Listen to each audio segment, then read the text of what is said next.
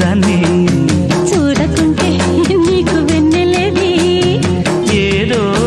అడగాలని ఎంతో చెప్పాలని రగిలే ఆరాటంలో వెళ్ళలేను ఉండలేను ఏమి కాను మళ్ళీ మళ్ళీ ఇది రాని రోజు మళ్ళీ జాజి అల్లుకు